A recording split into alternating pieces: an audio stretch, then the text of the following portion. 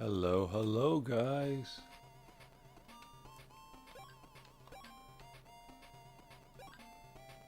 Oh yeah, I forgot. I don't know where I was going.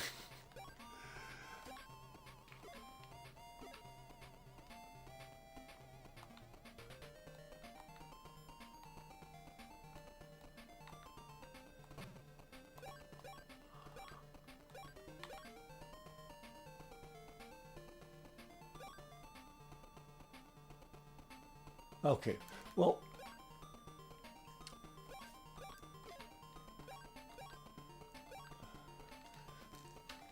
welcome, guys, to Madou Monogatari 2 on on the Game Gear. Um, I'm eating my breakfast right now. It's basically a muffin and a coffee. It's actually more of a pick-me-up than a breakfast.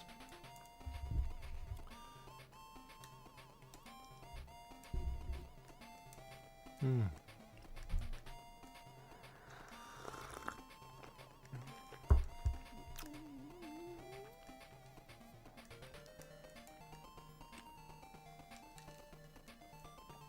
Okay, so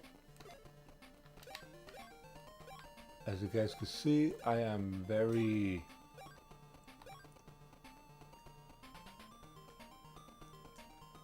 confused on where I'm supposed to go.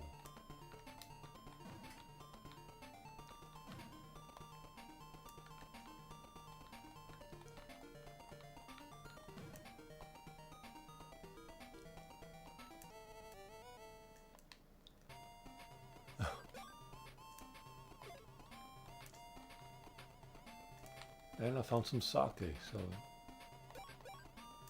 that was nice.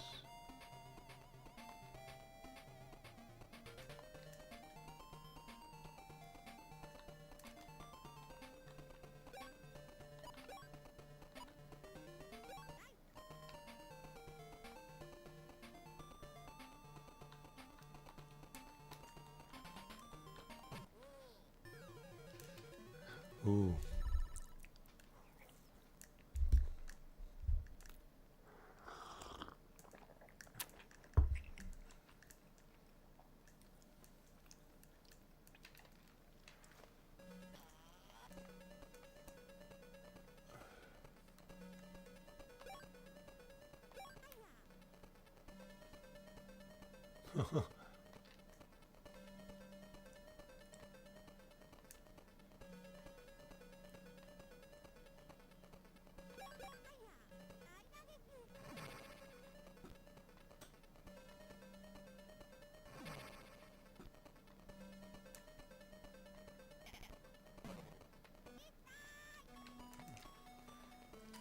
Okay, so this past um this past Saturday I went to the SoCal Retro Gaming Expo. This time around I wasn't planning to go because I had things to fix with my car. You know, I needed a new radiator hose, a some new filters, spark plugs. You know, the basic tune up, right? Um, and that costs money. But my nephew, on my wife's side, he graduated high school. My brother-in-law wanted to go, and my wife kind of just wanted to make this whole thing. And I was like, you know what? Sure, why not? Right? I could spare a buck or two. I spent a lot more than I should have. I'll be honest. But I went.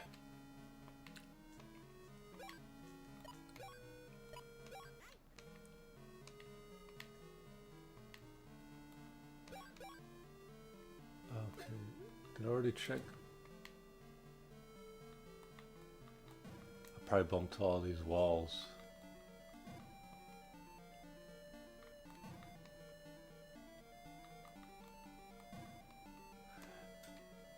And it got packed. Like the BO started to to pile up, and there was some times where I just didn't want to, where I couldn't stand it.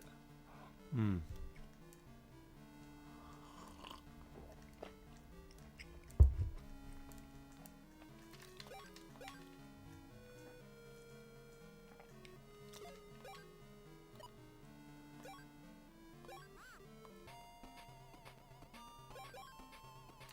What am I missing?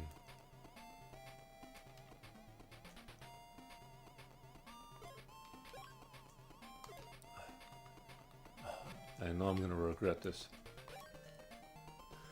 So, but I noticed something as I was going around, and it's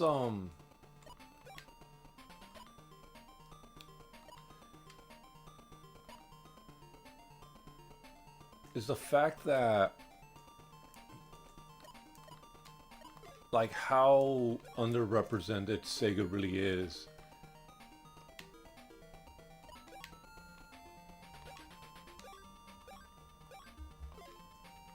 Uh, in the whole retro gaming community.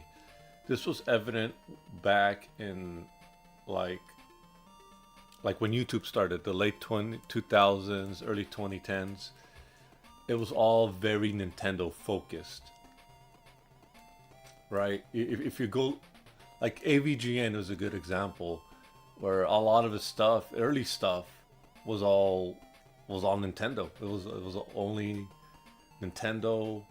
A lot of podcasts. They had a lot of reminiscing of like one. I remember the one a podcast tried to do a Sega Genesis podcast, because it was a 90s console, but they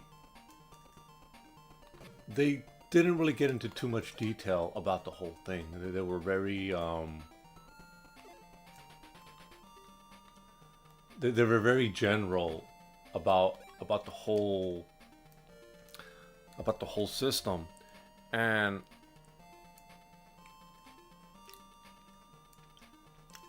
that's kind of reflected a little bit in how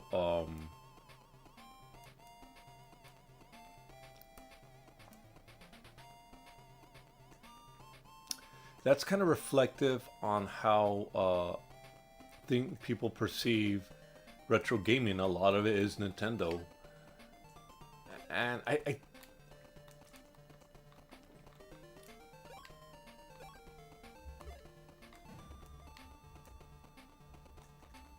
lot of it is Nintendo, and I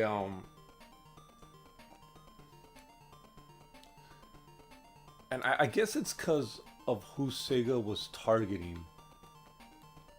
I hope I don't regret this.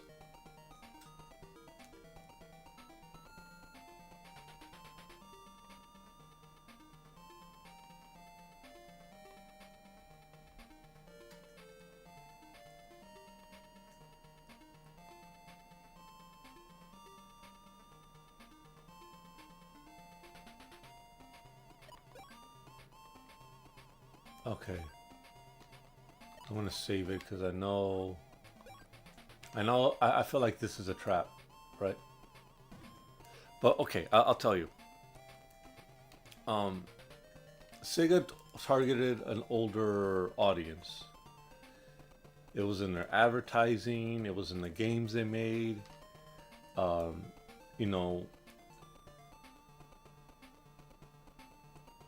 the sports games attracted an older crowd. So I guess by the time the internet really hit its full swing, a lot of those guys that were already past the age of, I guess, the nostalgia bubble or whatever, and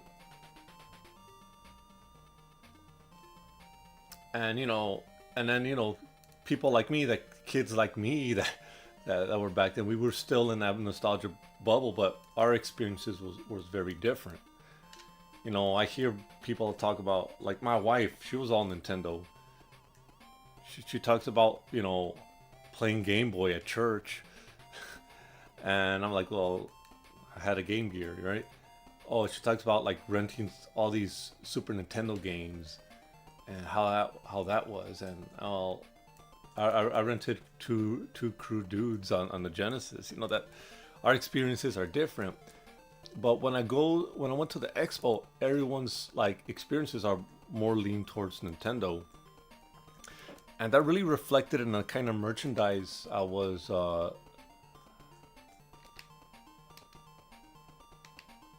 Okay.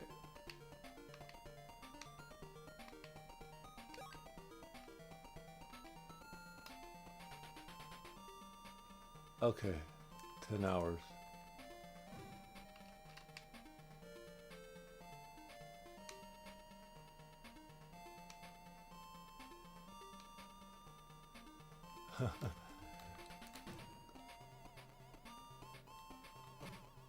Yeah, I kind of figured.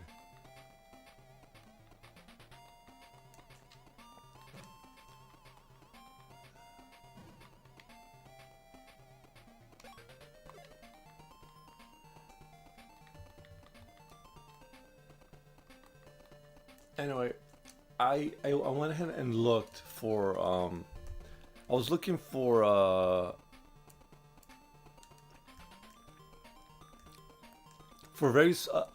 very specific Sega games. You know, Montezuma's Revenge and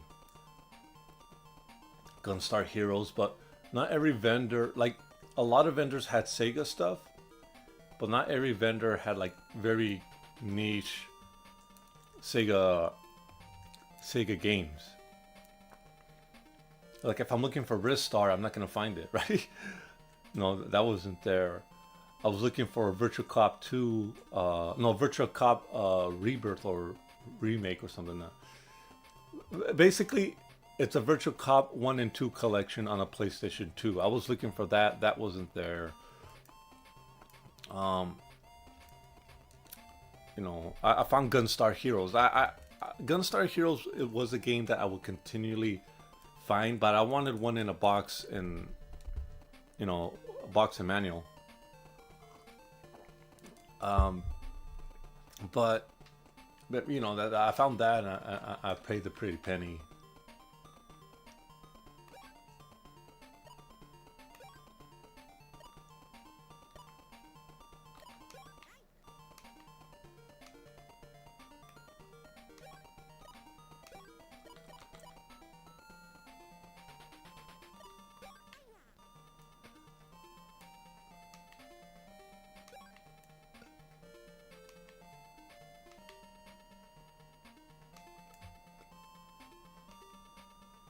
So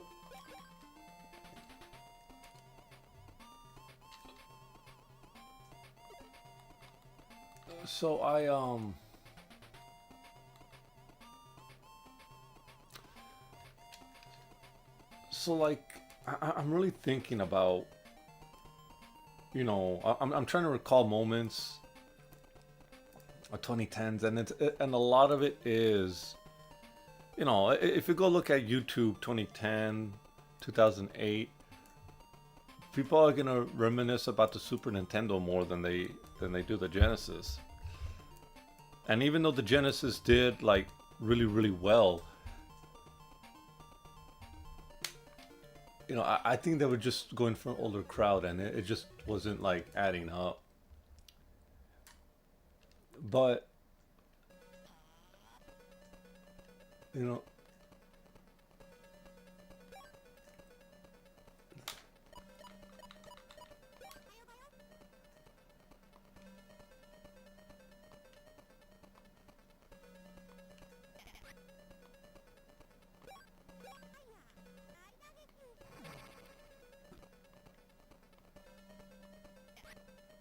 huh.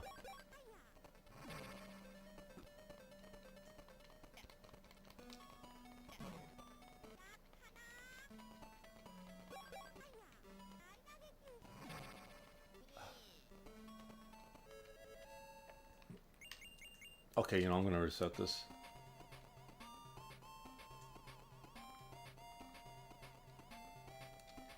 Well, you know what? Oh, so uh, you know, I even like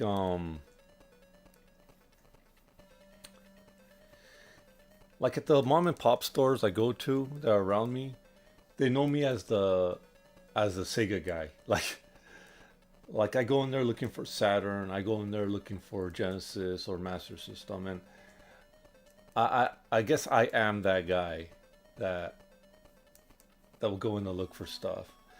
Um, you know, I remember walking into this one place, one of the places, and the owner says, "Hey, Dave, we got some new Saturn stuff in. Like someone sold their collection."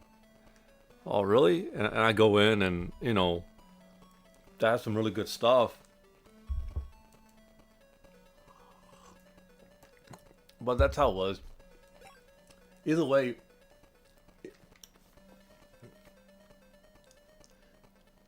you know.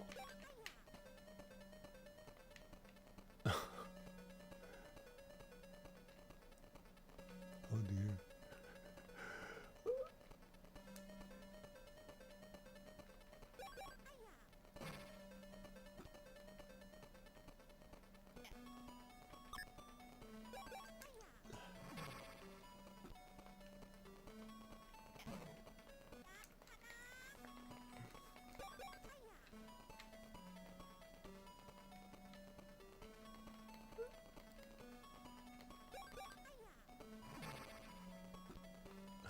Really?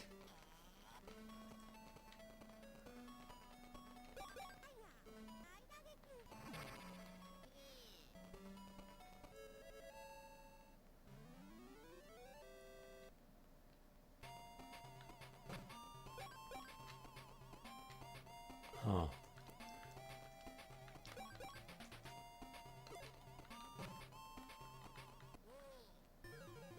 Great. Now we got a zombie. Man,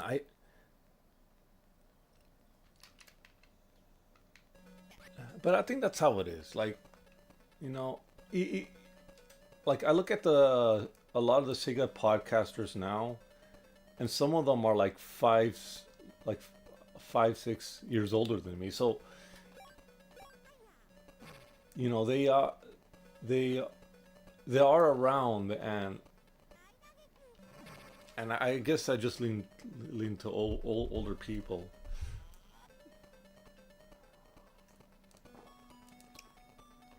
For me, my love of Sega basically stemmed uh from like the Master System, really.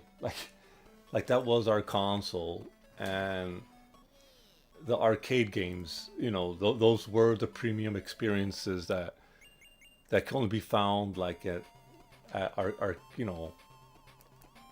at airports and whatnot. I remember the first time playing Afterburner, um, at the sit down cabinet. It was at Disneyland in their I forgot what it was. It's not Space World, Tomorrowland area.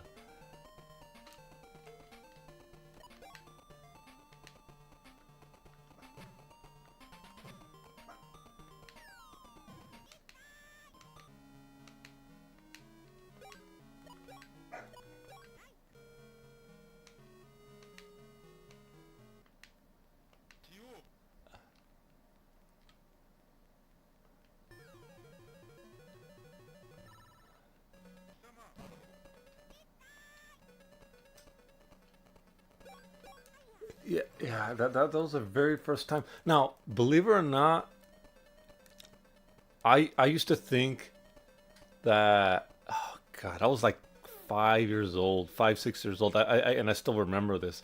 I used to think that the actual Afterburner cabinet would would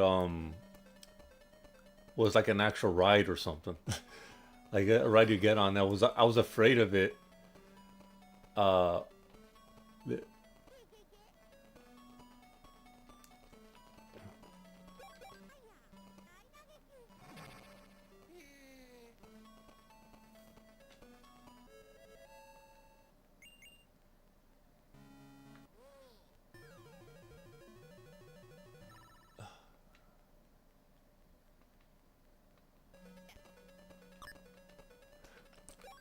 But no, I don't know. Like it was a sit down cabinet. That's somehow my brother played, and then and then I gave it a shot. It was terrible. Like I did there. I was 5 years old. I did a terrible job.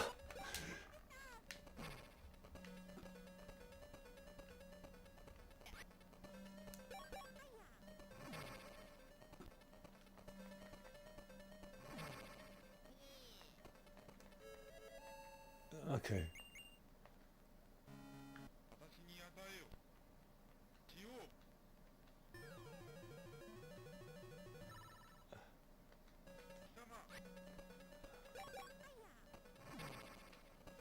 Yeah, I wasn't very good. But um, many years later, in my 20s, Afterburner Climax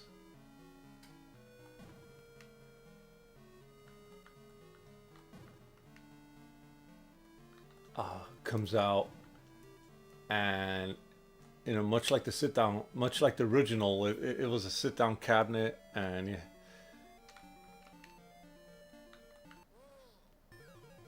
Ah, jeez, I just want to.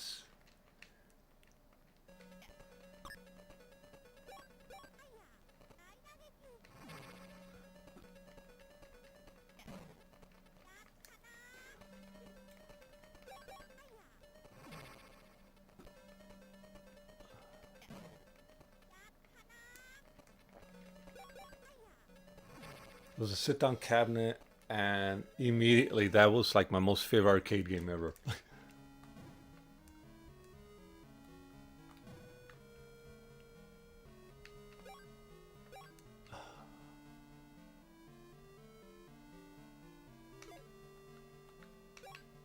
Yep.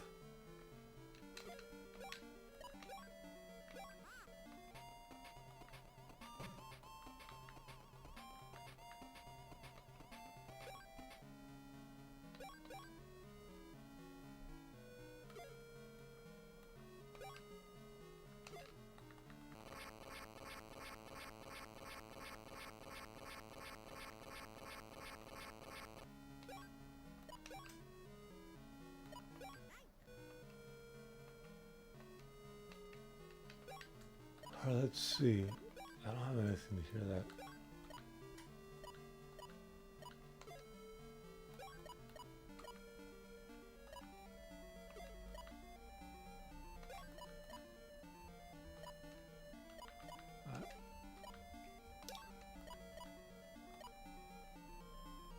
Papa's wand.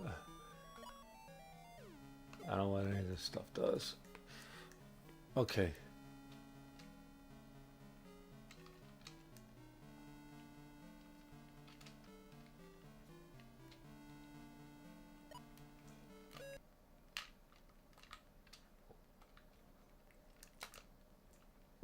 Here, let's. Whoops. Well, just there you go. All right, might as well get my money back.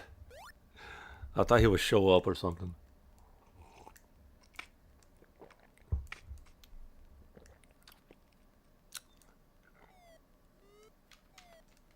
Come on.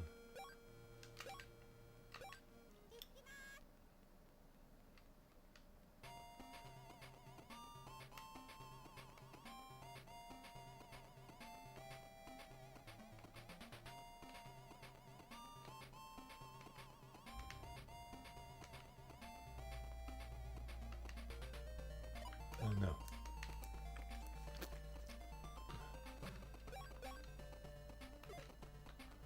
You know, now, Sega Lord X did put out these great videos of how to save this system and that system. Um, what I would like to do is know how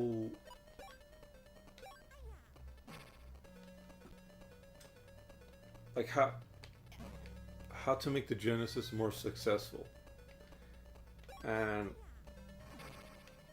you know, it was just one of those things.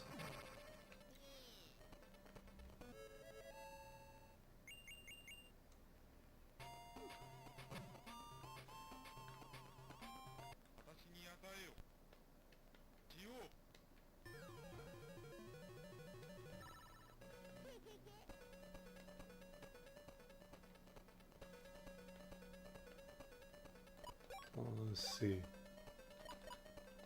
What if I were to give them ashes?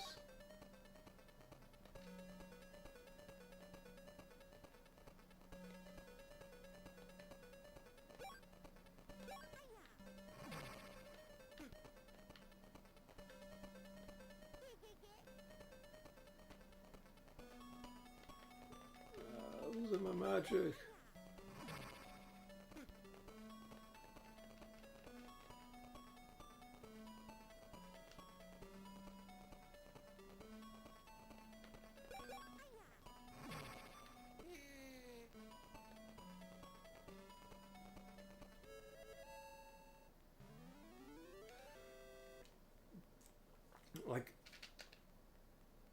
Like, like to me, the Genesis at the time was my close crystal, circle of friends. It was a system that we all enjoyed, right?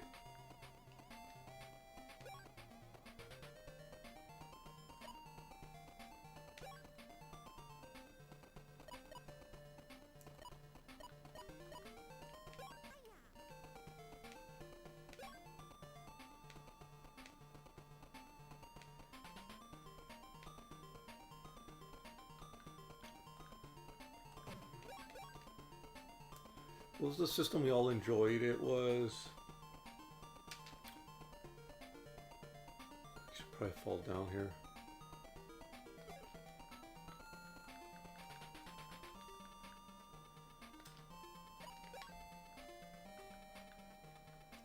But I was only like, that was me and my close group of friends. We played Streets of Rage. We played Street Fighter.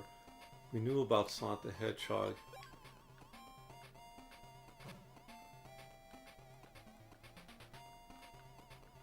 So it wasn't like, so it's like we didn't know what was going on. Um, you know, and I'm guessing it was just around my area where the Genesis was just that much popular. You know.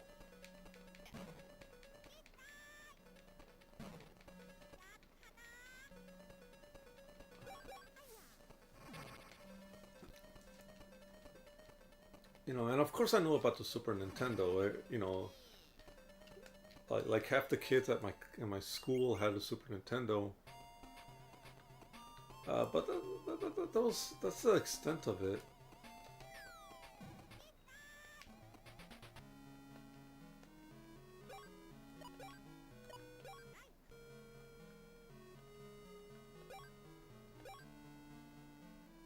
I'm gonna have to start hitting every wall.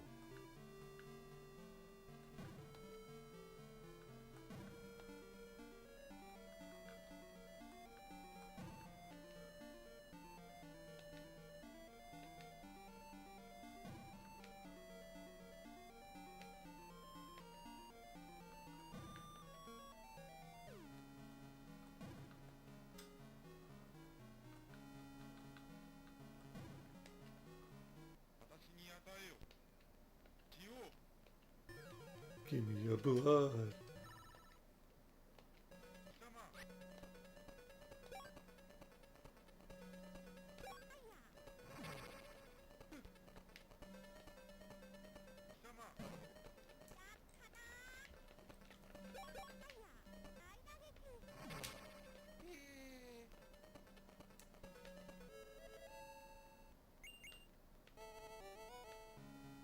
I don't know why I need that.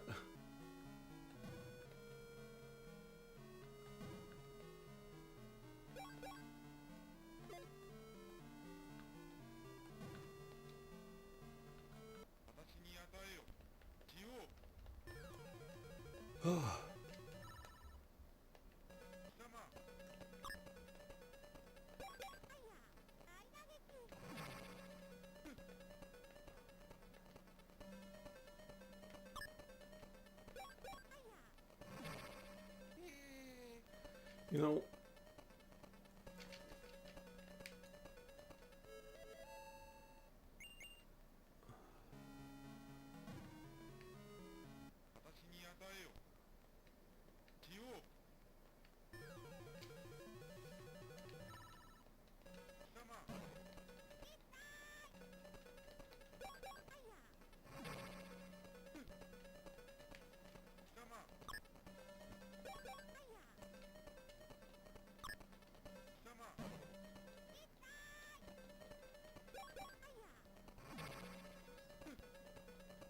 oh God.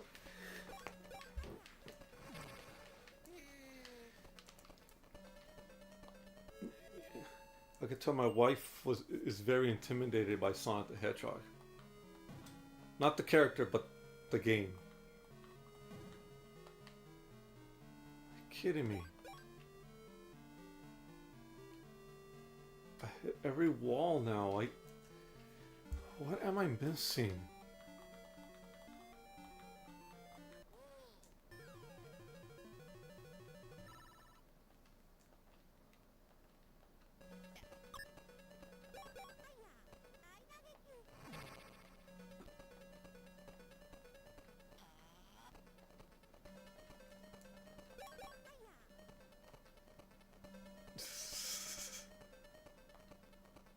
Oh dear.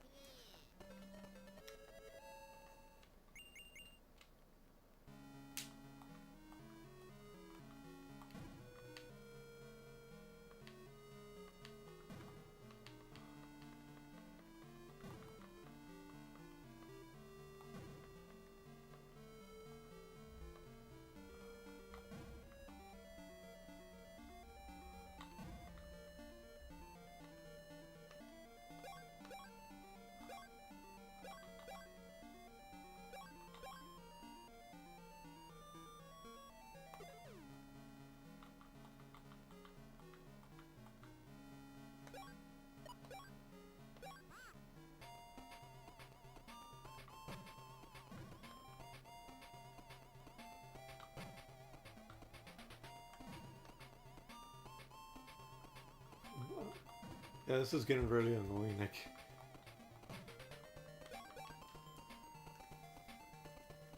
Maybe, maybe I'll give that money to the pig and he comes back at some point with something? I am very confused.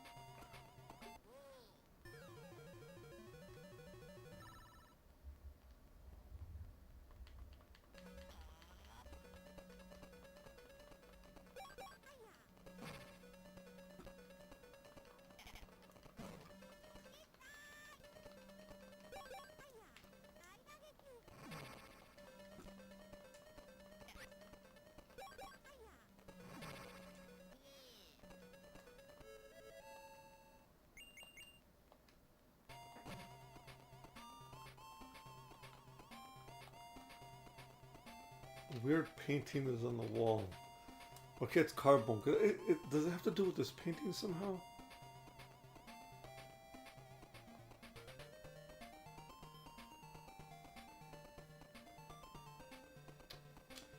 Oh, God. If anyone out there is watching this, can someone tell me what I'm doing wrong?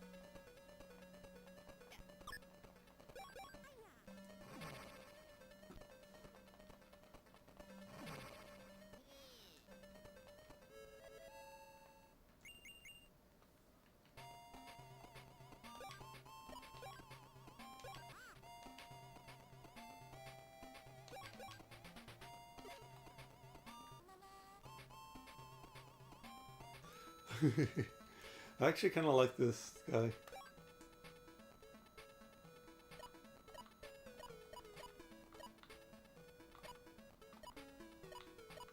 No, there's nothing.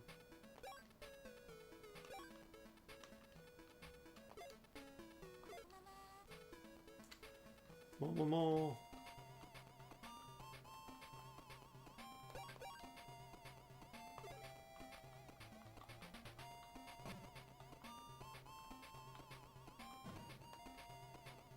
Yeah, I think there's a chest here that I already got.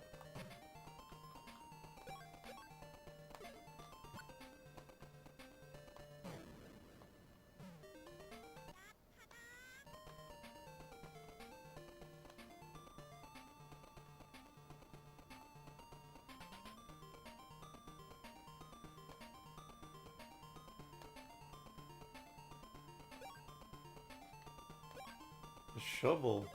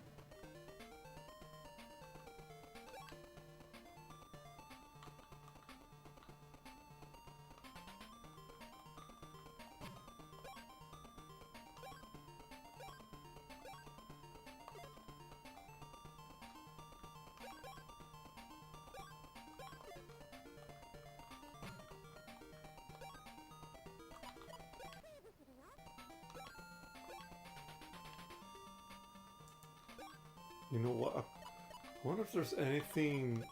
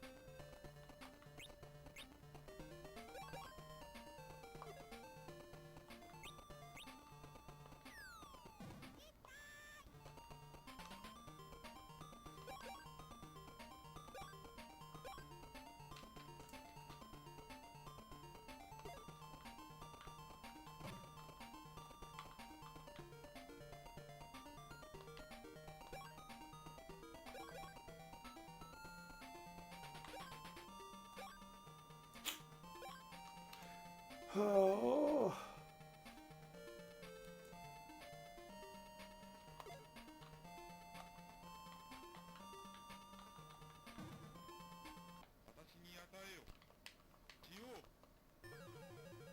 Great. What am I doing?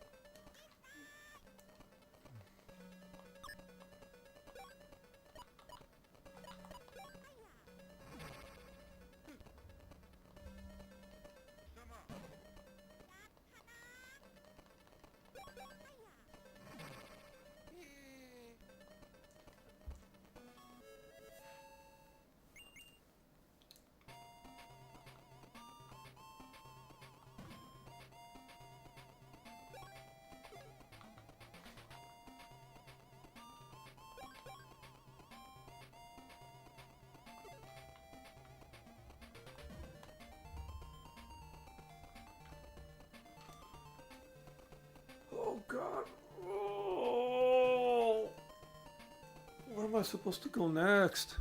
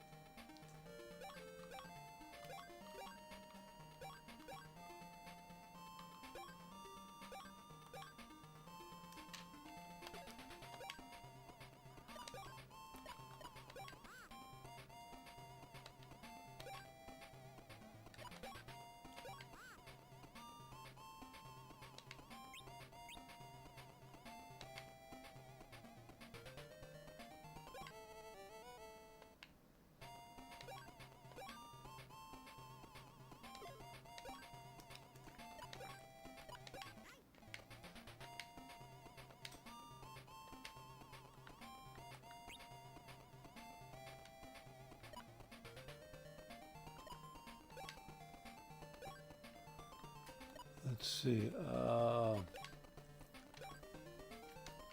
Okay, just those 4 squares.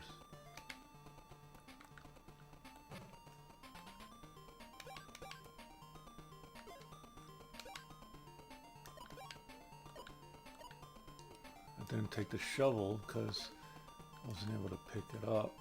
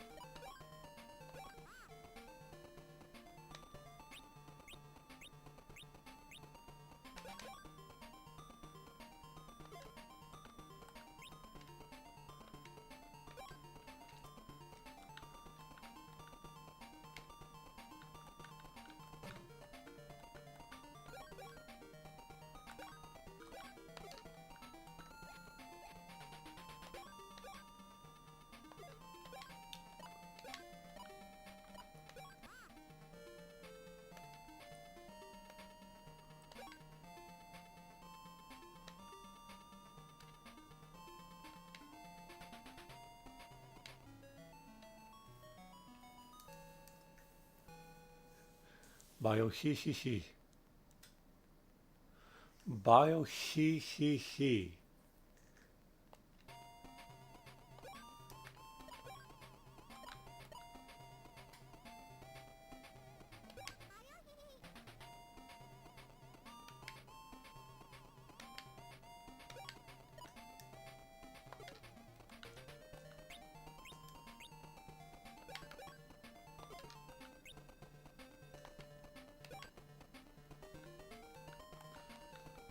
I wonder if that's what I need to go through.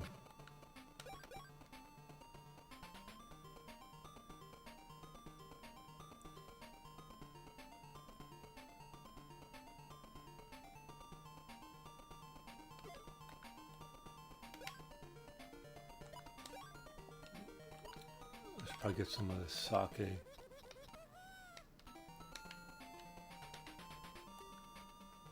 Yeah, go ahead, Arlie. Get tanked to receive magic power.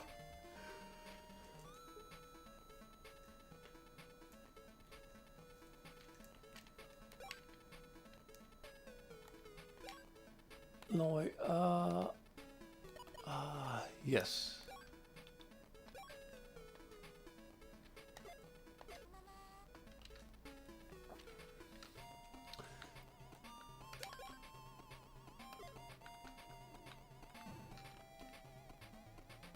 You know, I remember the day that I got my PlayStation. And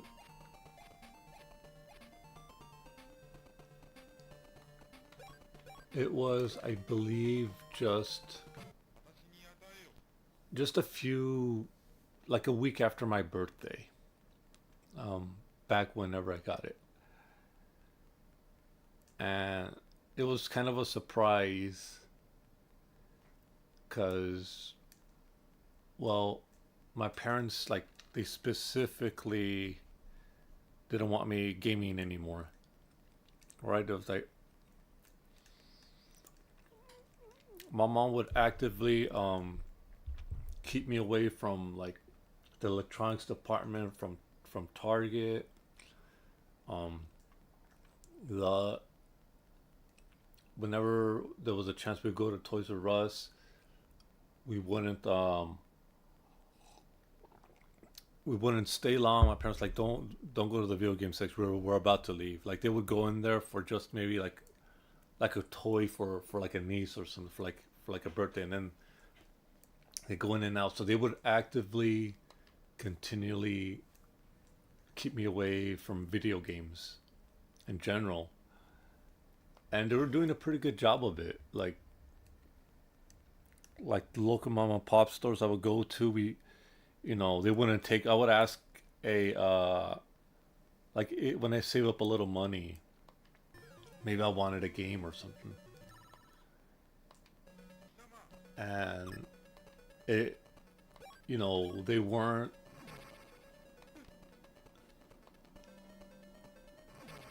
They were actively keeping me away from the hobby that I liked, and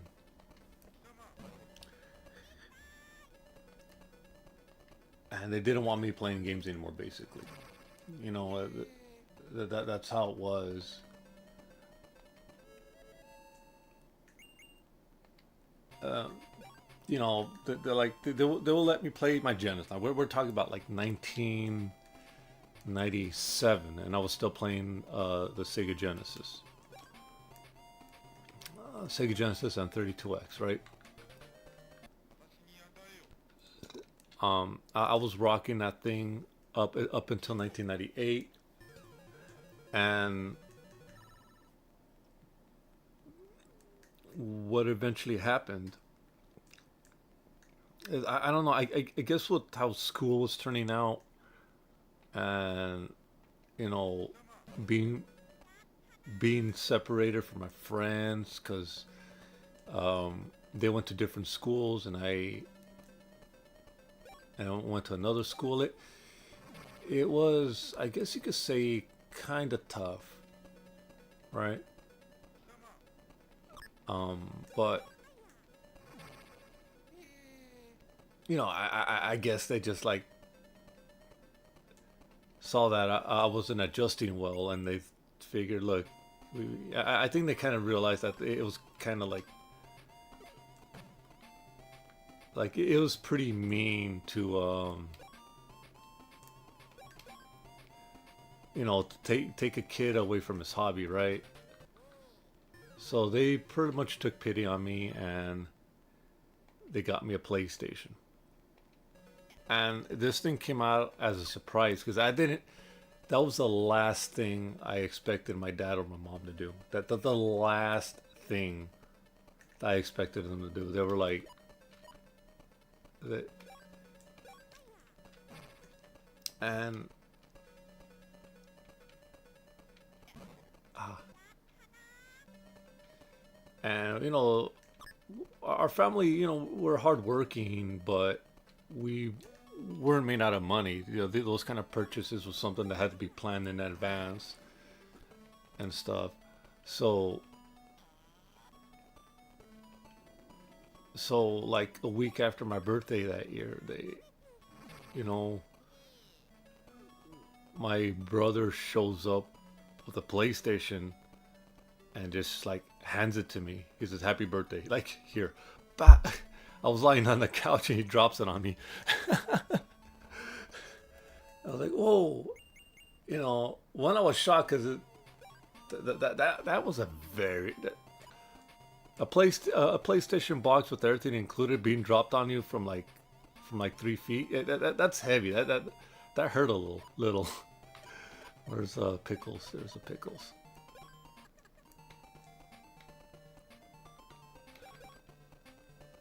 I have to keep on.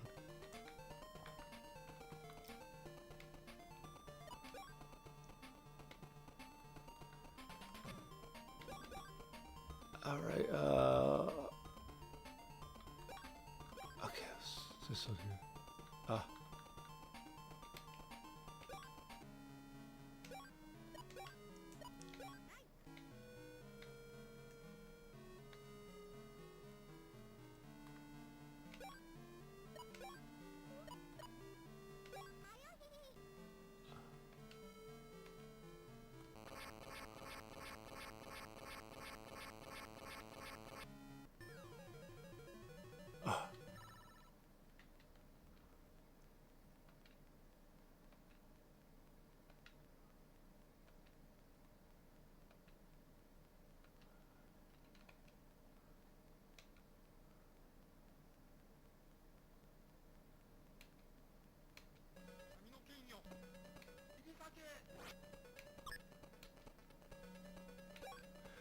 Okay. Yeah, I should have saved before this. Damn.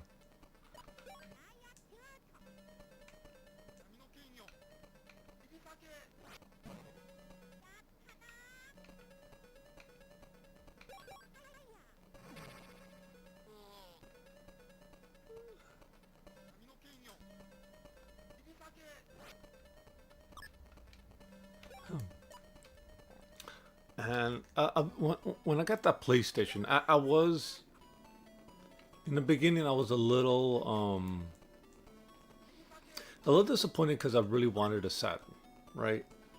I wanted to keep the Sega thing going, and at the time, you know, because I was apart from my friends and didn't get any magazines and things like that, I was very unaware of the situation that Sega was in.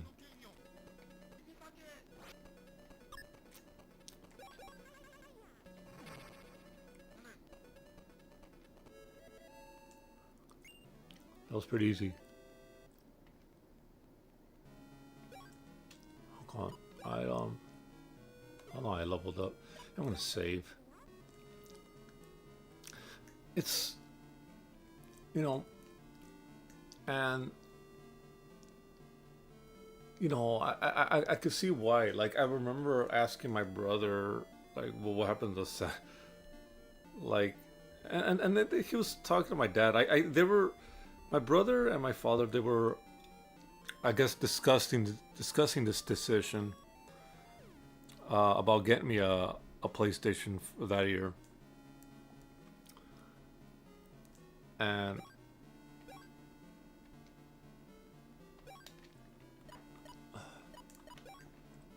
oh, all right, let me just map this out.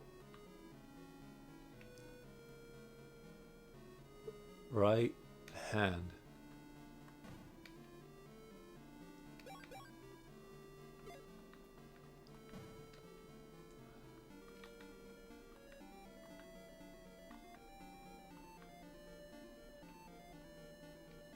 Right foot. It's carbuncle.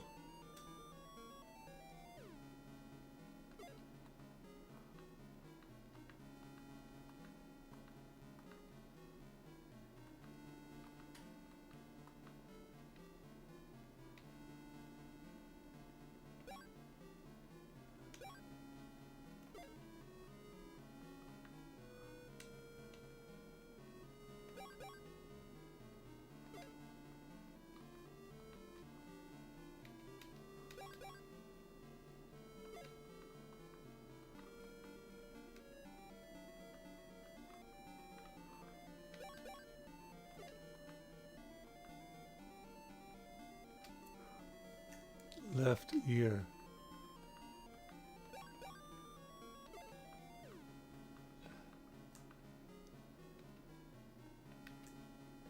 Yeah, the PlayStation was really awesome. I'm not gonna lie. I got that, you know, I was given that thing, and it was like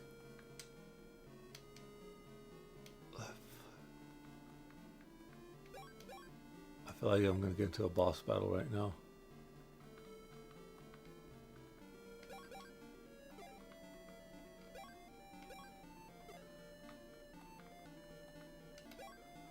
Let's see.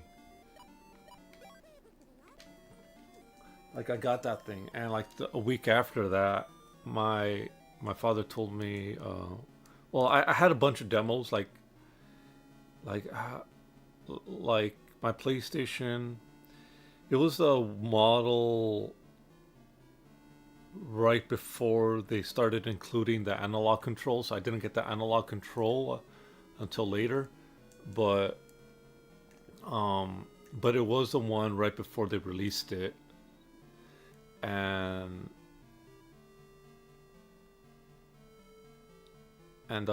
I, you know, my father told me if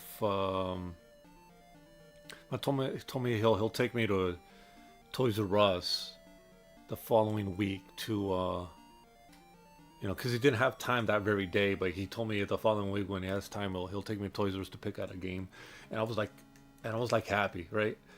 In the meantime, I was playing all these demos because you know there were demo discs lying around. My my PlayStation came with a demo disc, Volume 5, PlayStation Underground Volume 5, and I was playing all the demos there, finding like the finding like hidden demos of other games, and it was pretty funny. You know, Crash Bandicoot 2, um, you know, I think Tony Hawk was in there.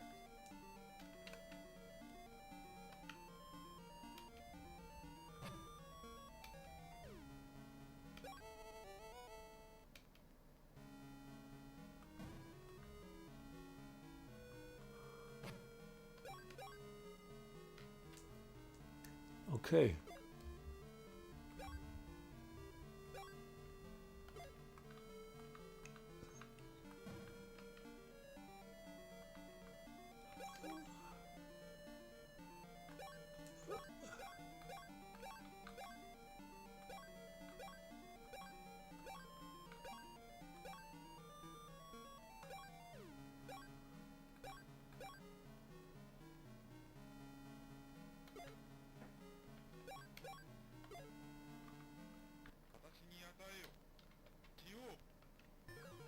Really? This guy again?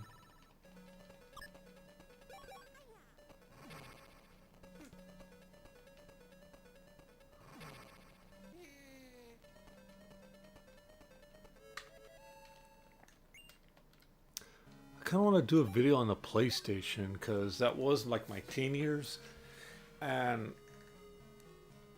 I had a lot of great memories with that system. Not like like when I got it initially, I was a little like hurt that it wasn't a Saturn, but at the same time, I was playing that Genesis since like 1989. Like that's all I've experienced. And occasionally I would like go to a friend's house and play Super Nintendo or like or play like what was that one?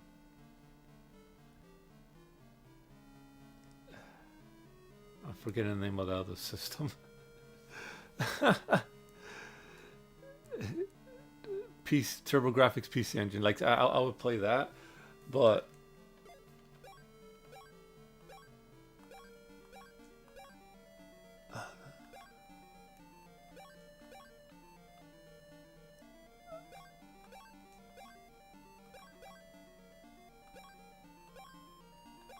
how do I get up from there?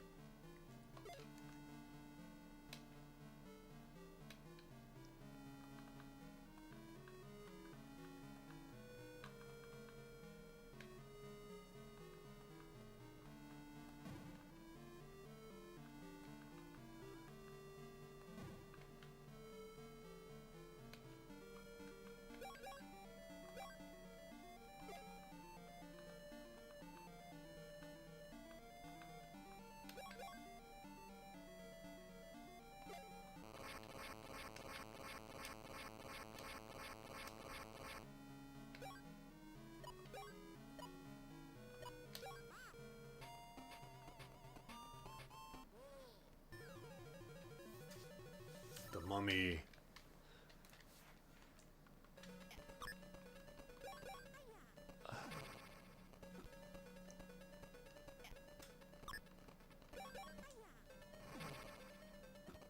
I think I'm too high that I don't think it's gonna.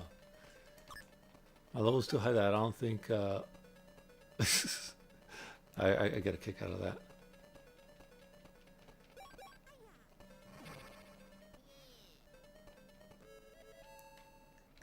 Yeah, the PlayStation was a good system. I'm not gonna lie. It.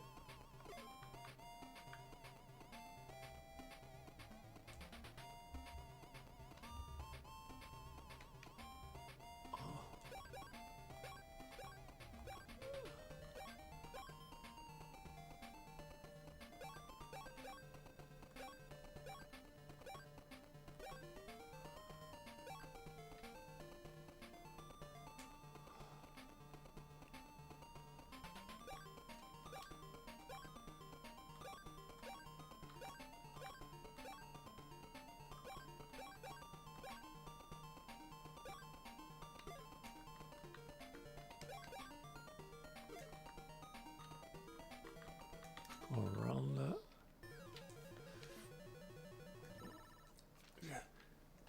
So yeah, my father took me to I'm getting all over the place. I'm not concentrating enough. But when now I was kind of curious to see what the Saturn had, because I didn't get a lot of information during that time. I already said this in my Saturn video, but I didn't get a lot of information. I kind of wanted to see what was available. I didn't think that the Saturn was in a bad spot. I thought,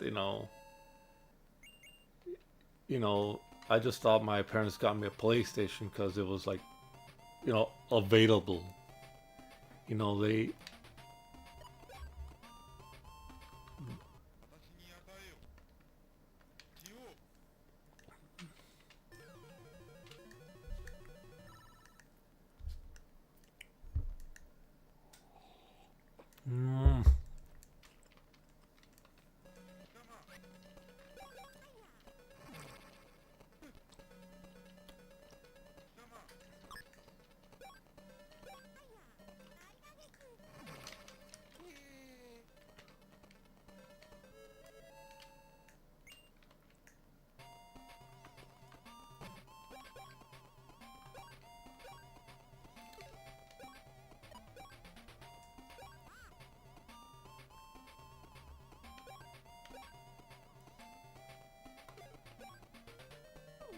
What's the golden apple do?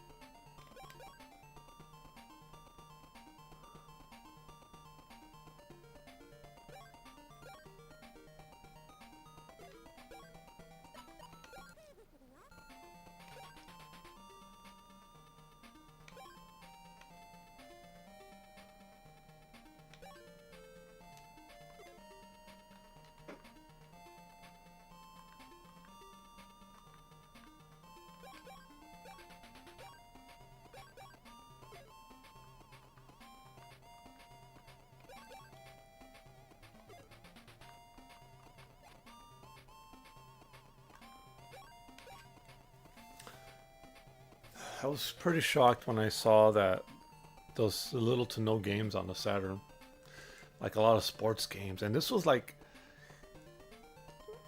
I know I said 98 in my video, but I'm pretty sure probably was closer to mid 97.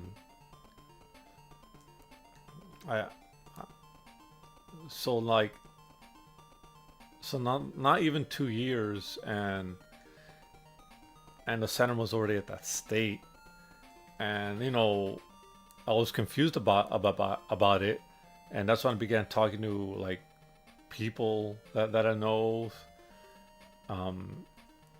Like I sought them out, and they told me that yeah, they're not in a good spot. You know, there's a lot of games that didn't come out, and it dawned on me like, oh my god, this so this is what's happening. Like I don't pay attention for like 6 months, 7 months, a year maybe, and that's what happens. So yeah, came as it came to me as a shock that's what occurred.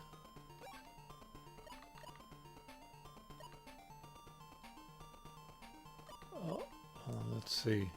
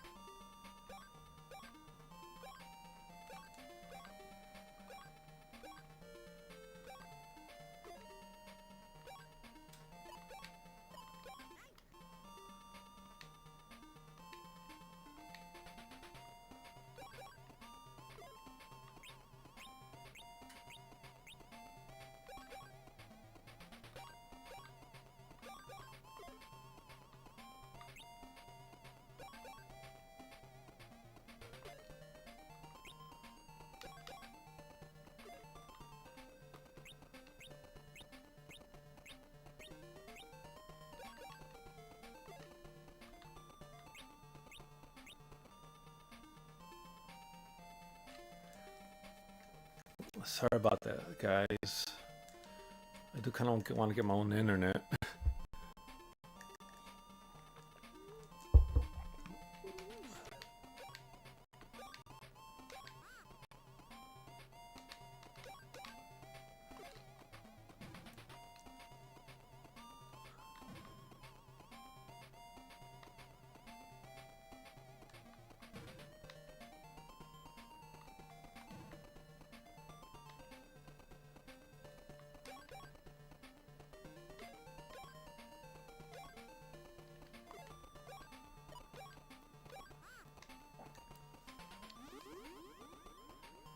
Of course.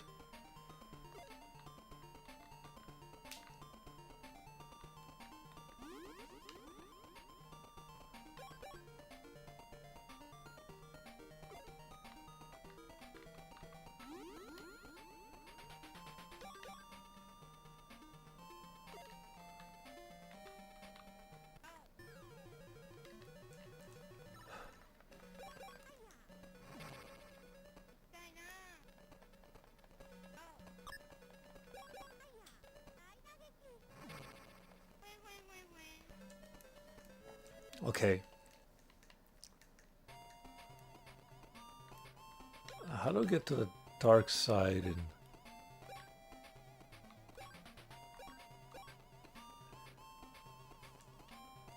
there's an entire section on the 5th floor I cannot get to.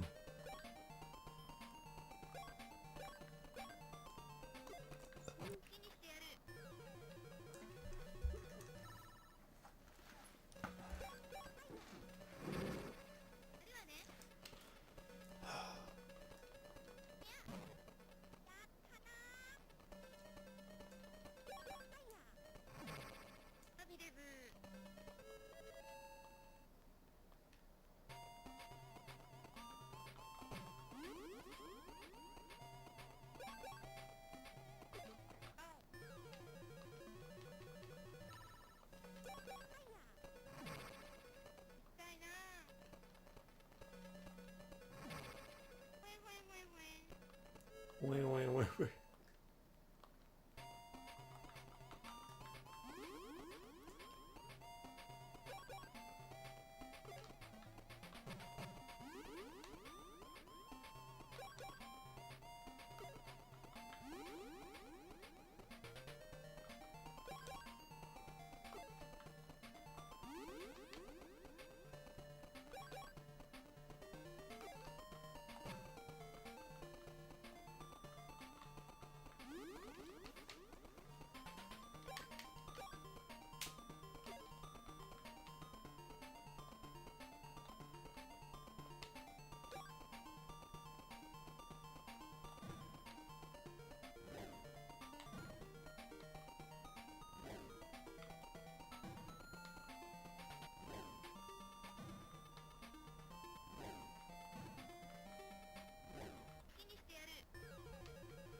Oh, Medusa!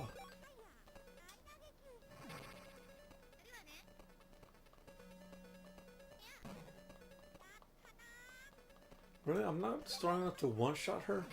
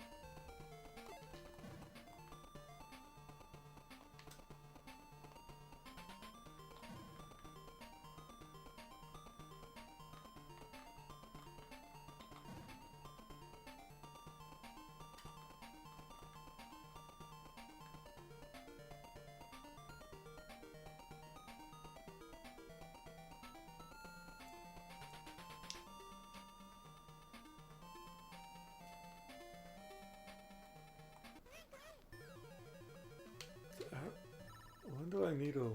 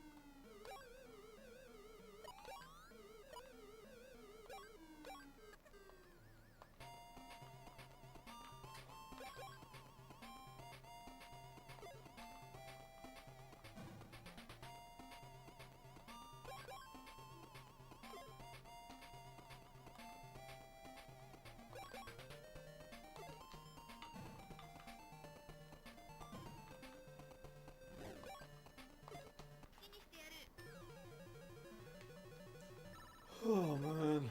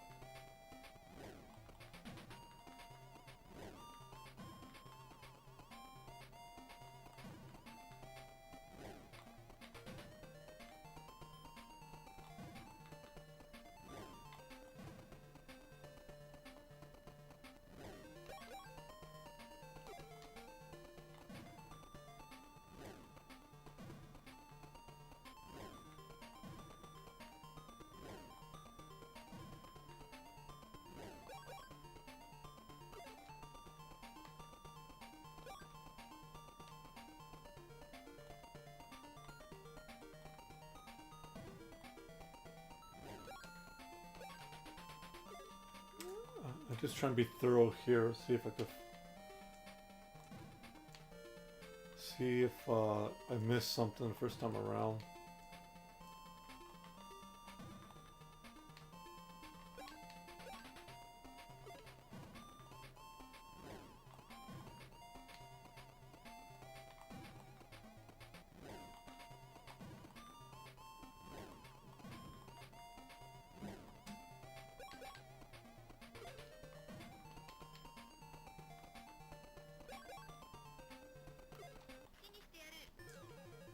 Oh boy.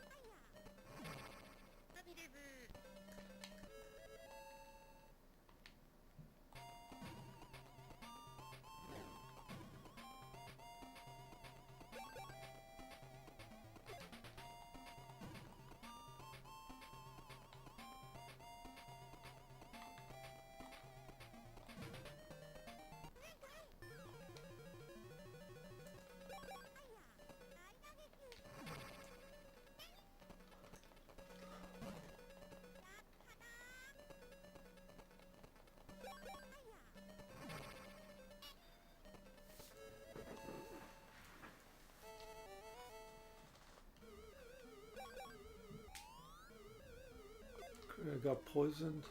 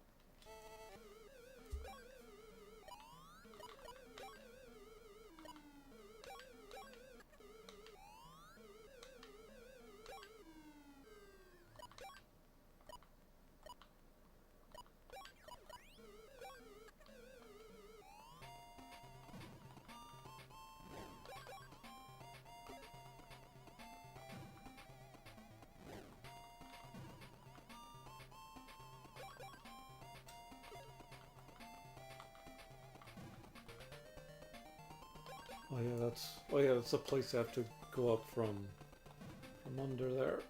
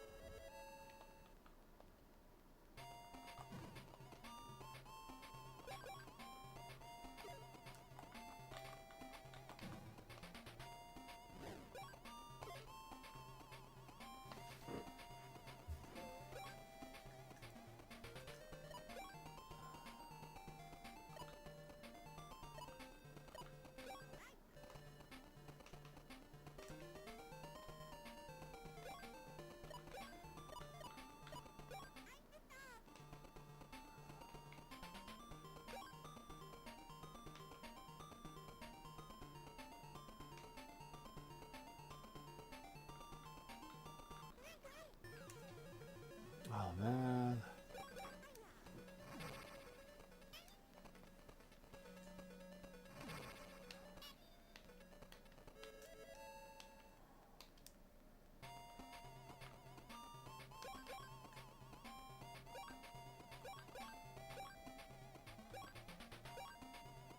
How am I supposed to get to that spot there? Oh.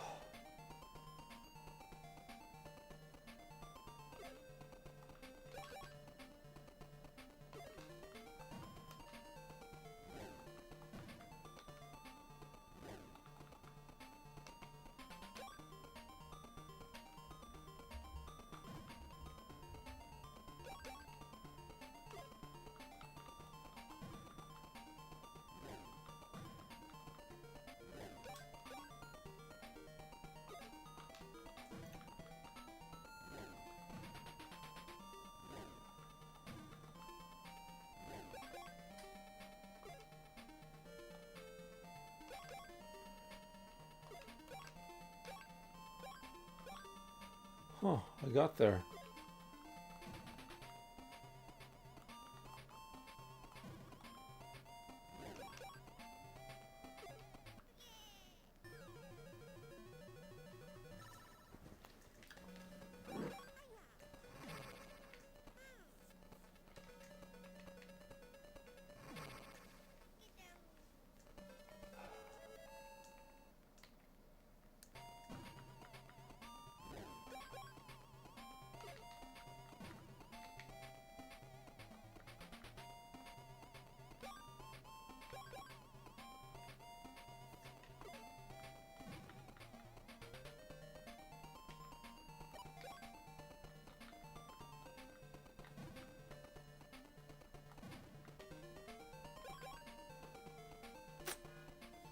What am I missing?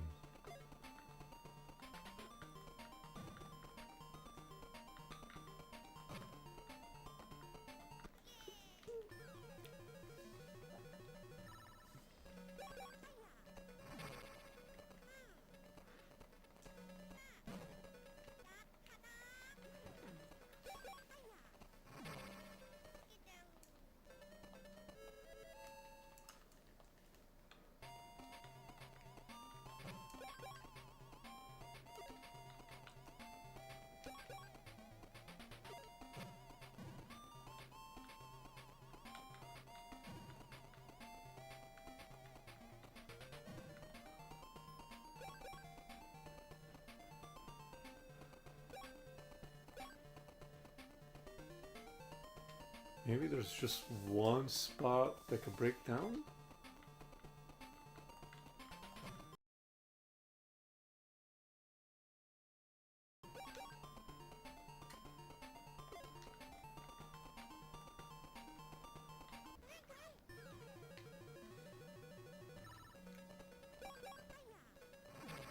Can I just head out of the golden...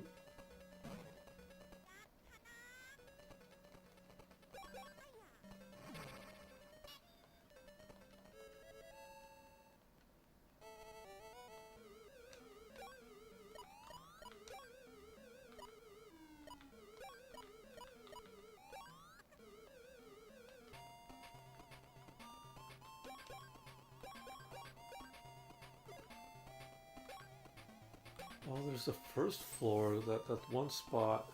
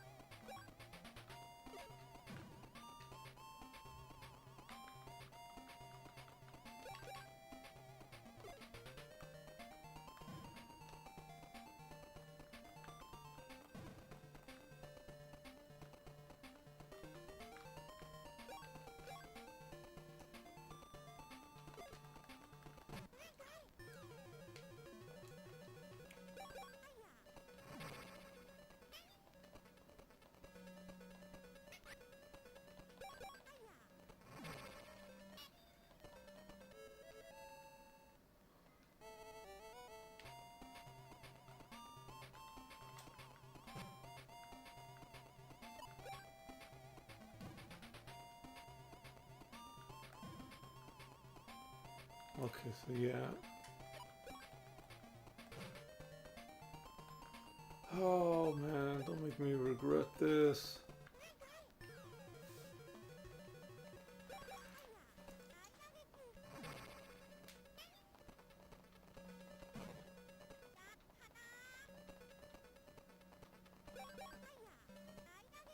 Great, I was poisoned.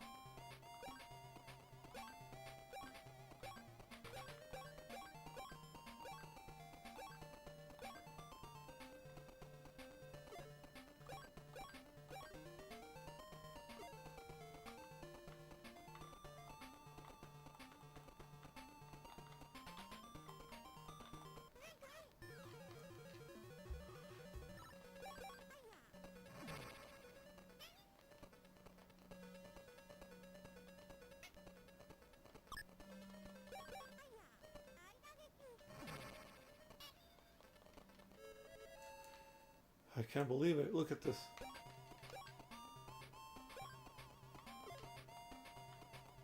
Oh, don't make me regret this.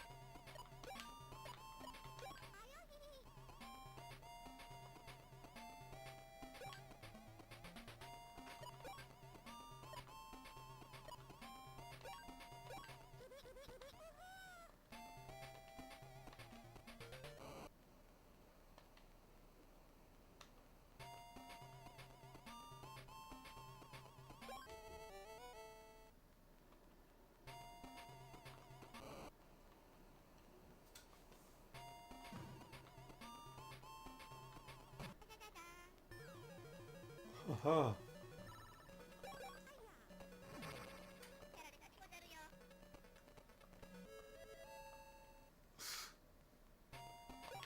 Oh, looks like it worked. Now the question is, how to get there?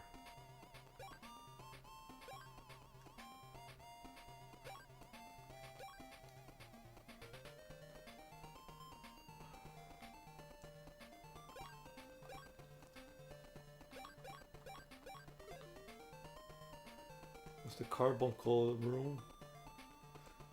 That's the lowest level. I got the golden apple. Let's see what... I got the red, blue gem. Then the yellow gem.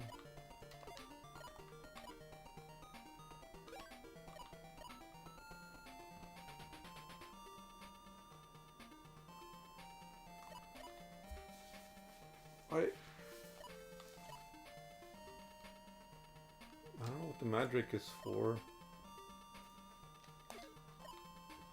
Seems kind of important.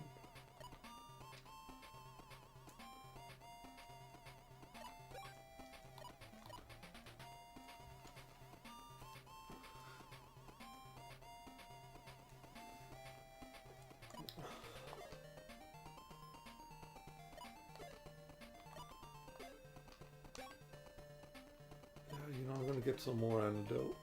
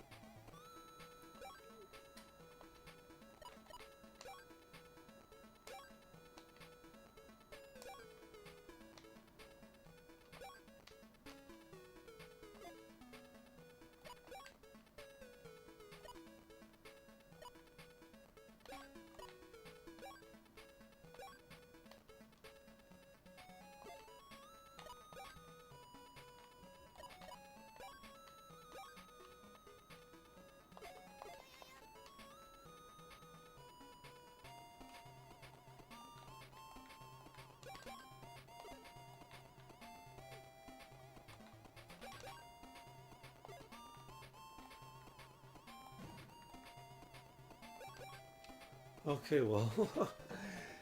Okay.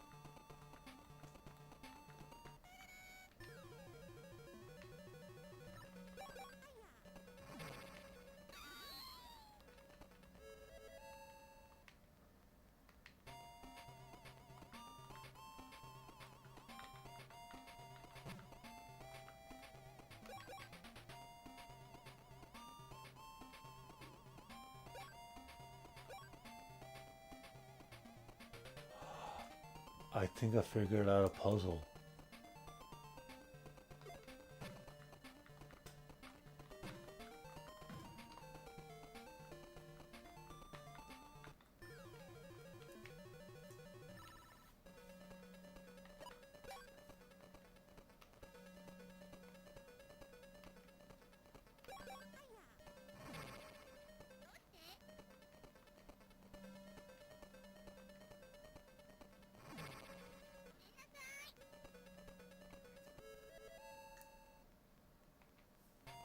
Alright, nothing happened.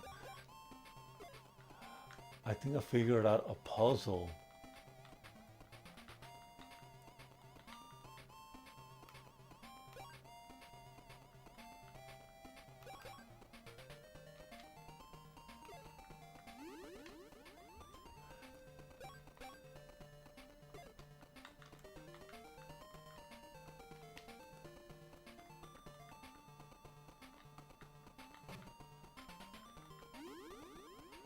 And that puzzle is where you're supposed to put the gems on the last floor.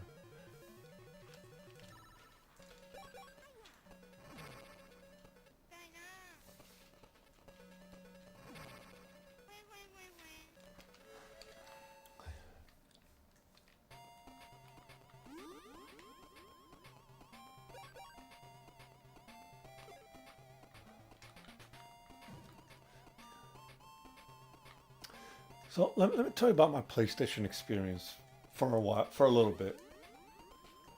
Even though what initially it wasn't the system that I wanted, I grew to love it because of how many different games it offered and how unique they were. They had stuff I've never even played before. Um,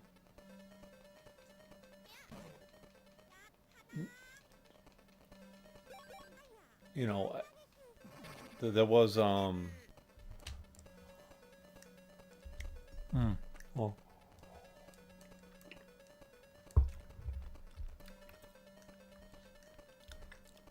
you know,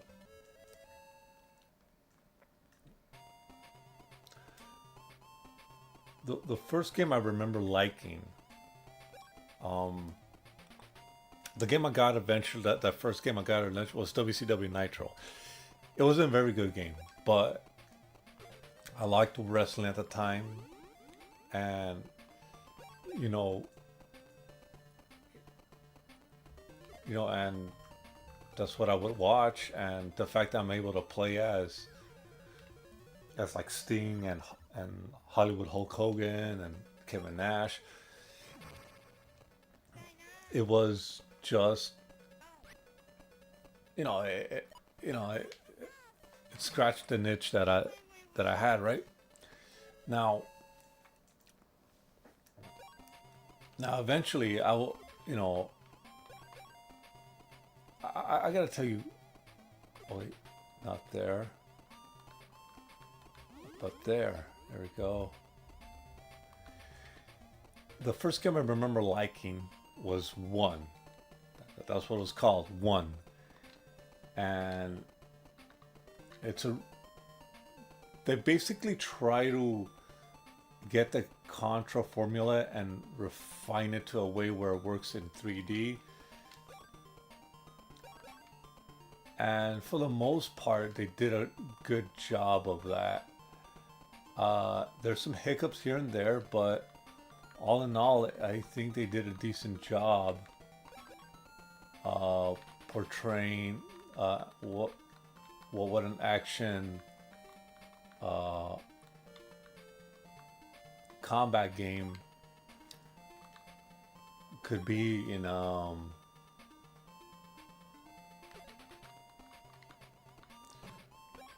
what action combat game could be in 3D. And I had a lot of fun. And I have to tell you, what made that generation very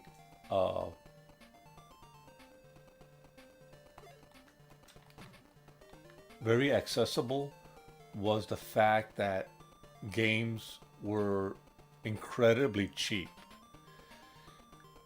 anyone that grew up in a 16-bit era knew that a lot of these games they would go up there in price.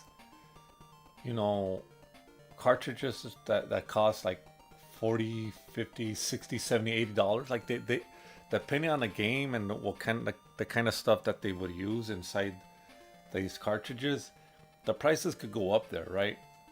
Especially RPGs that took up the biggest of ROMs. So I remember not having to pay more than $50 for a game, and most of the games I would get, they were like greatest hits, $20 games, and a lot of places they dropped them down to $10 to $15. Castlevania Symphony of the Night was a greatest hits copy that I got at I forgot where. I think it was at Walmart for $15. $15, that was it. That's all I had to pay. Um and then like Tekken, like about all my Tekken games, greatest hits. Uh, $20 a piece. Um, you know, what else was there? There was that. I got Wipeout pretty cheap. Then I got Wipeout XL. Twist. I didn't have Twisted Metal, but a friend of mine had Twisted Metal. He got it pretty cheap too, because it was the greatest hits game. And I remember getting Tony Hawk, the Driver. It was like this whole new set of games that was just there. It made the experience, the PlayStation experience, just awesome. You know, uh, uh, I was given Resident Evil 3 for Chris. I forgot to say this, but for Christmas 1999, I got Resident Evil 3. Um, and that was my first Resident Evil game I've ever played. That's not to say that I didn't know what Resident Evil was. It was just that I never really got around to getting one, and my dad just gives me a surprise Christmas present on '99. He gave me Resident Evil 3 on PlayStation, and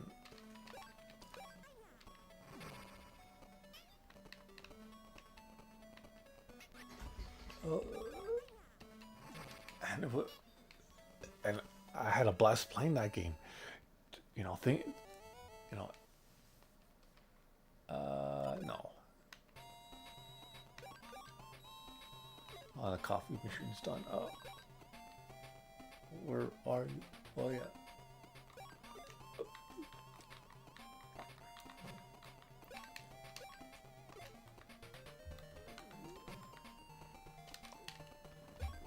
Okay, here we go.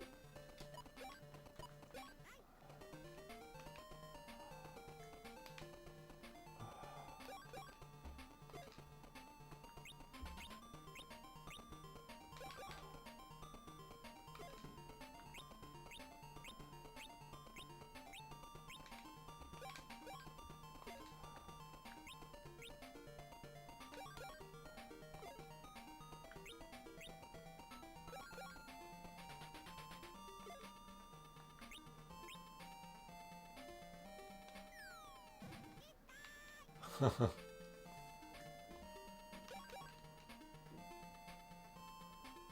to remember. Oh yeah.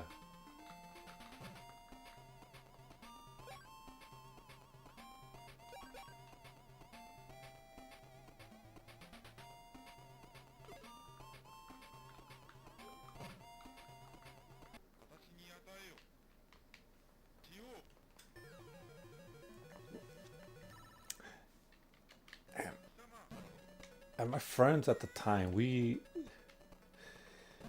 now this is kind of sad. Um,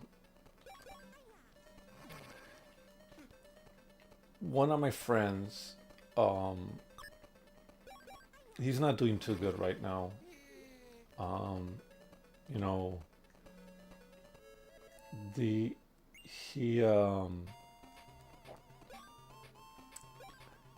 he's basically a junkie at this point. I'm not gonna say who, but it he at the time he was a good guy. I guess things just got to him, and oh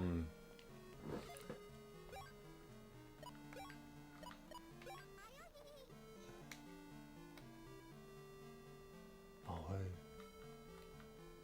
I forgot. I gotta check it out. Check out the. But he was a guy that I would play a lot of PlayStation with. I remember after school, usually like on a Friday or whatever, we would come over to my place and we'll just play PlayStation. Metal Gear. We'll take turns. Street Fighter Alpha. Street Fighter Alpha 3. I mean, and it was just like stuff that hold on.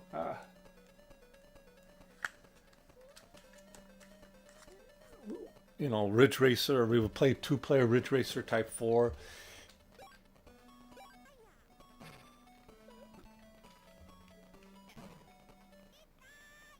And I can't like.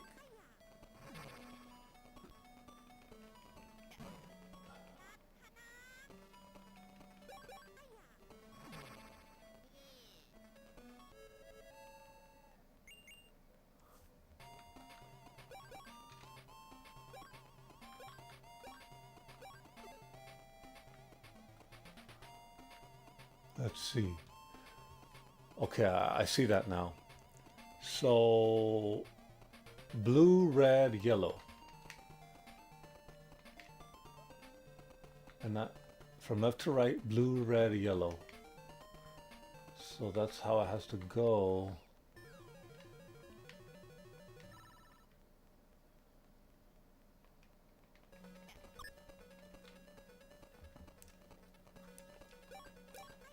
Now, I remember this one time. Now, this is when I knew that the Saturn had something that the PlayStation didn't. And it was another friend. He brought over his copy of X-Men vs. Street Fighter on the PlayStation.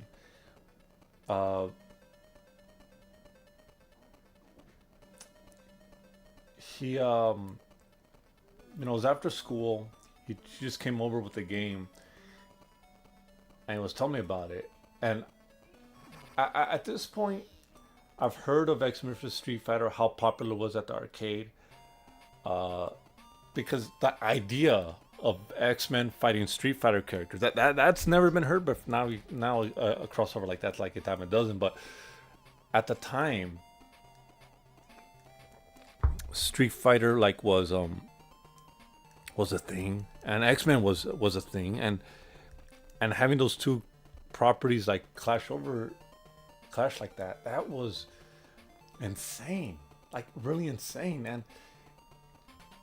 And everyone would talk about it, talking about like make like this big thing, and it got me interested. But I never could find an arcade that had it, right? But my friend said says he has it for the PlayStation, and in my mind I'm thinking like it's in my mind I'm thinking that it's like arcade accurate. Like it's 32-bit. It's a 32-bit system. Of course, it has to be able to pull off the arcade, right? And he brings the game over, and we start playing it. And we're having a blast. We're fighting each other. And at some point, my brother comes along and just looks at us playing, and he starts asking questions about like how to do crossover, well, all this stuff. At this point, my brother's already seen the game on the Saturn. He says, yeah, the Saturn version's better though. Like, what? Oh, what was that? Like, oh yeah, he said, yeah, well, the Saturn's like more arcade accurate, And then that he left it at that. More, I've never seen the the Saturn version, right? Uh, I've then never seen the arcade version, but I'm playing the PlayStation one. We're having a blast. He tells us that the Saturn version is more arcade accurate. That's better, and we're looking at this like, how much better can it get than this, right? But it clued me in that the Saturn is able to do something. Oh god, you know what? I have to. I'm gonna have to take a picture of that painting. Hold on. Blue, red, no, blue, red, what, yellow, blue, red, yellow. Where's my phone? I got. Oh god, I'm gonna just to remember this. Blue, red, yellow. From left to right, blue, red, yellow. Blue, red, yellow. Okay, okay. Oh, can I run?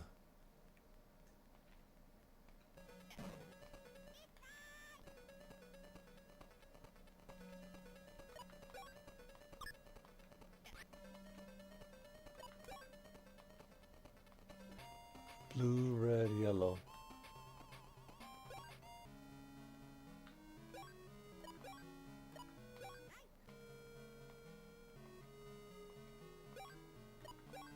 Blue, red, yellow. Blue, red, yellow.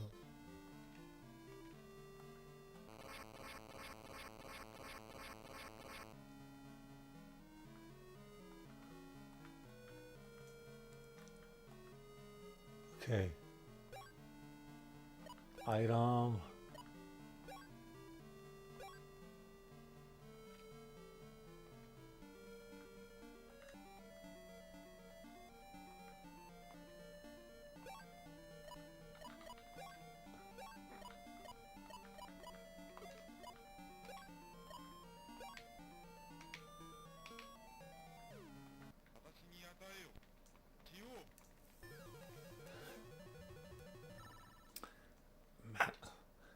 And that clued me in.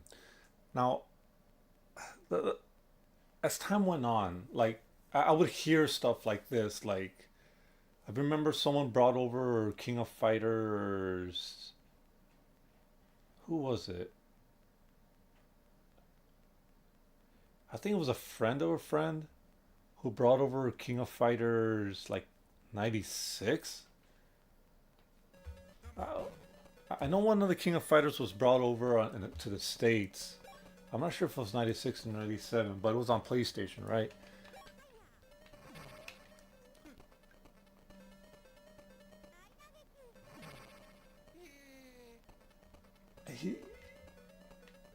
He he brings it over, and then it was the same thing that the Saturn version is better because item.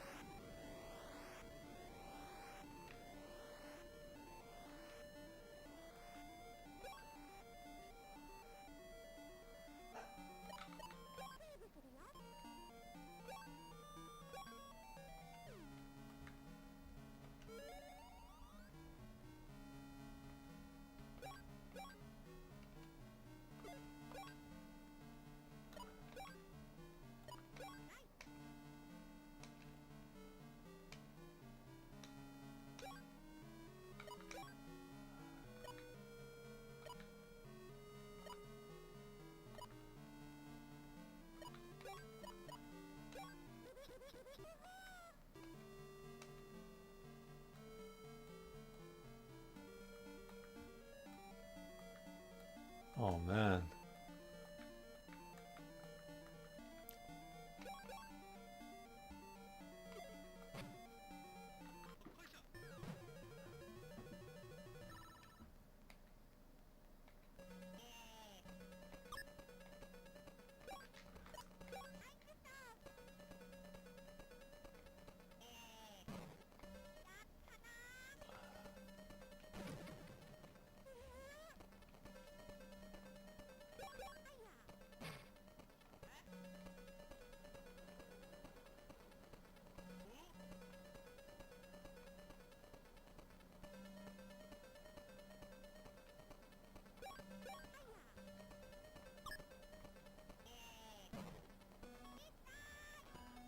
God.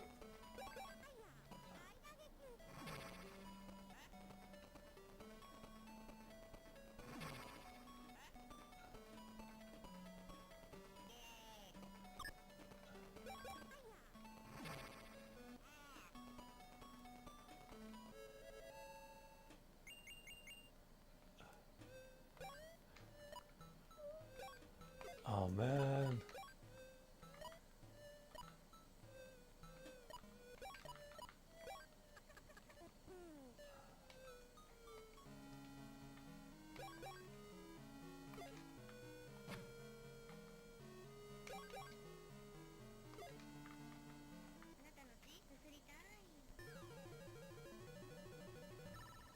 Lamina? Yeah.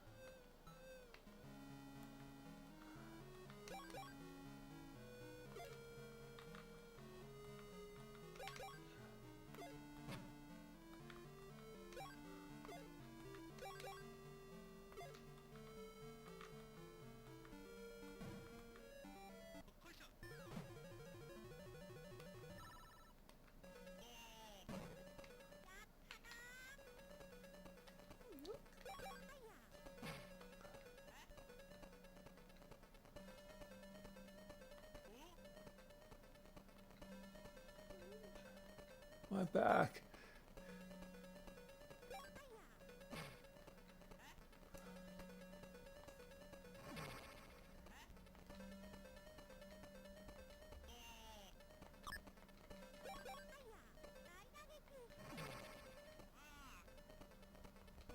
Man, that's funny. I'm not getting a lot of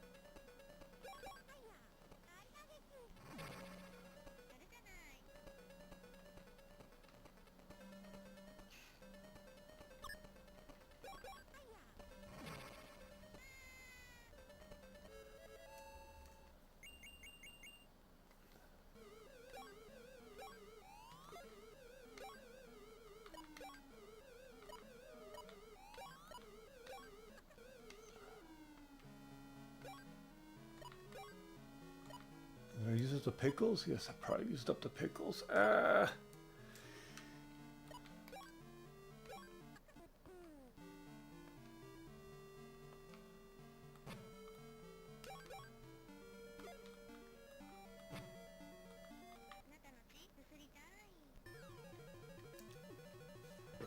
man. I don't think I'm ready for this.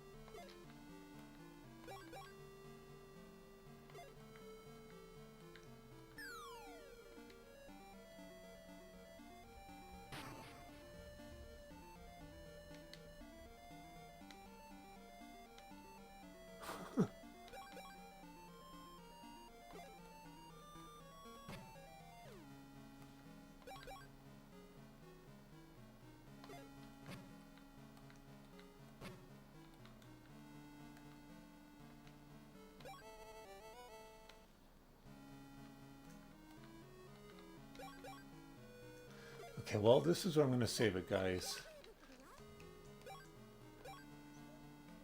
It is. Yeah, thinking back about. No, it's strange. My nephew, to him, retro is a PS3 at this point. Like,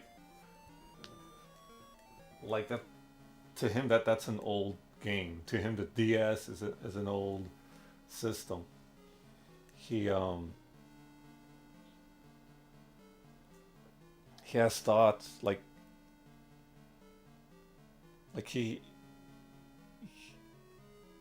man, and I'm thinking like, what was I thinking? Like that makes me feel really old, guys. Like, man, to me gaming started like I love the Master System. It was around and I played it, but to me everything went into full swing with the Genesis, like early 90s, 1989, 1990. That to me that's when gaming really started. And and for him it was the PlayStation 3, something significantly more powerful. I'm looking at how games are being marketed now, and it's like very corporate, very streamlined, very a very manufactured, samey kind of way. And because of that, gaming kind of lost its appeal a little bit to a lot of people because it's not it's not being targeted toward like this edgy, towards this very unique energy that a lot of creatives want to show. It's being like it's being kind of corporatized for the highest dollar possible. And when it comes to like creative areas or creative like works, you cannot um, you, the artist's expression cannot like flourish in an environment like that,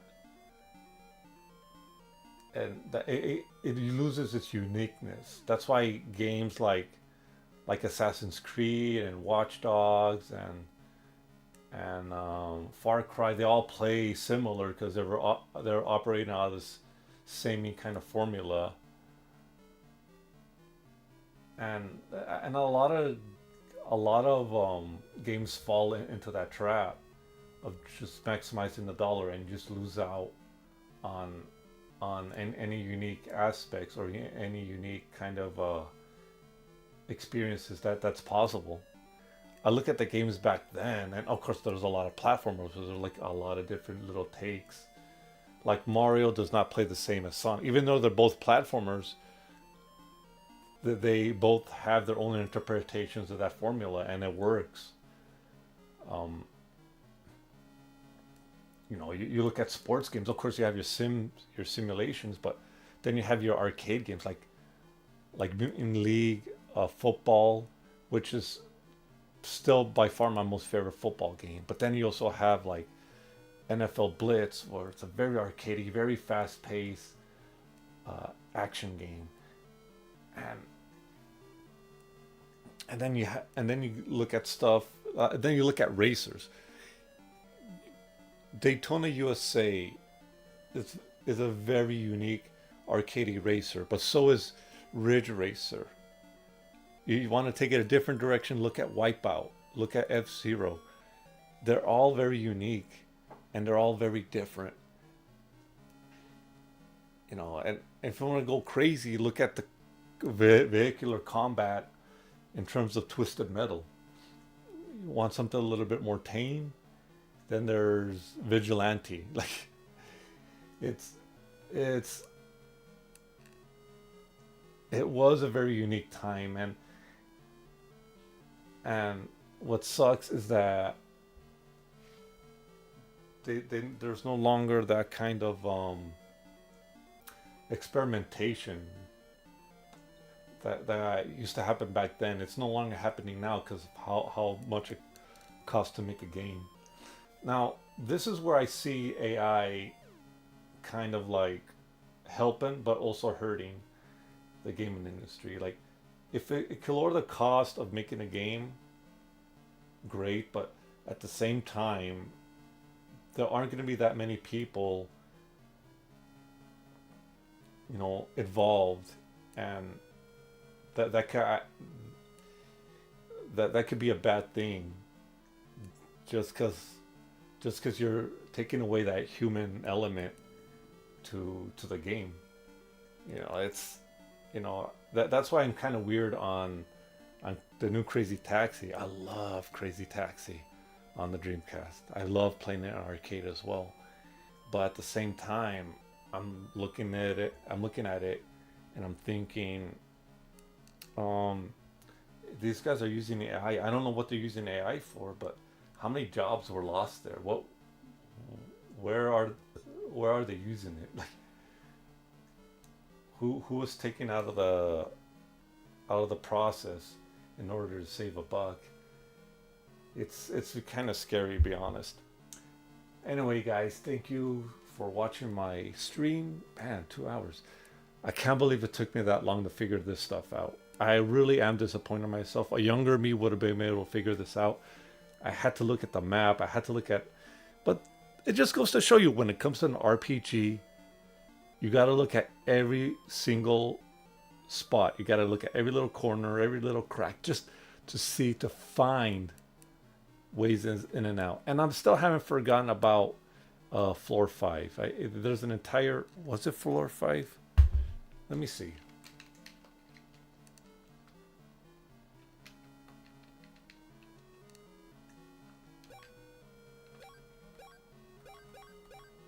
Yeah, floor 5. Floor 5 is missing an entire section. I'm pretty sure I'm going to end up finding a way through there, but until then, peace out, guys. I'll catch you in the next one. Later.